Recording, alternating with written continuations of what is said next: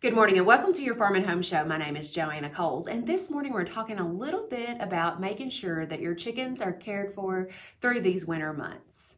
Keeping your chickens happy and healthy in the winter is important, but maintaining a cozy and vigorous flock during the colder winter months demands diligent care. Chickens, which typically have an internal temperature of about 106 degrees Fahrenheit, and they may experience cold stress when the temperatures fall below what they normally enjoy. You can a lot of times see some of the hints that they might be given that they're undergoing some type of cold stress. Some of those indications might be behaviors like fluffing their feathers or huddling together in a really tight-knit spot, or even tucking one foot up under their body to kind of get it warmer. When you see such stresses, and these stresses are prolonged, it can impair the well-being and could be fatal depending on the health of your bird. When considering your flock, it's vital to recognize that all breeds are not created winter resistant equally. Heavier breeds such as the Plymouth Rock or the Orpington breeds, they tend to endure cold weather better than their lighter counterparts such as silkies, frizzles, or any other lighter type bird. Also, birds that have substantial combs, they can be susceptible to frostbite. If you have birds with substantial combs and wattles, you can apply some petroleum jelly to those combs and wattles to insulate them to prevent frostbite when the temperatures drop lower than freezing. Petroleum jelly does not treat frostbite. If you have a serious frostbite injury to the comb, wattles, or feet, you would need to consult your veterinarian. Monitoring your flock dynamics, especially if diverse breeds are present, is crucial since bullying over resources can leave some chickens malnourished and more vulnerable to the cold. So if you have both breeds running in your flock, maybe separating those and feeding them separately might be a good tactic. Preparing your coop for winter is fundamental. It should be a sanctuary protecting against the elements and predators. One of the things that you must have are roost. They're essential to keep that bird elevated on a perch, and it shields them from the cold ground, and it also allows the feet to dry better. Most of the time, birds can withstand the cold weather, if they're dry. If they're wet, that's when it becomes a problem.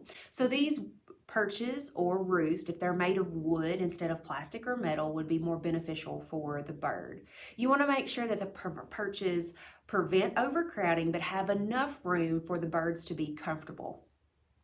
Managing airflow in your chicken coop is essential. You must maintain adequate ventilation to prevent the buildup of harmful ammonia and moisture accumulation. Chickens can withstand those cold temperatures as long as they're dry.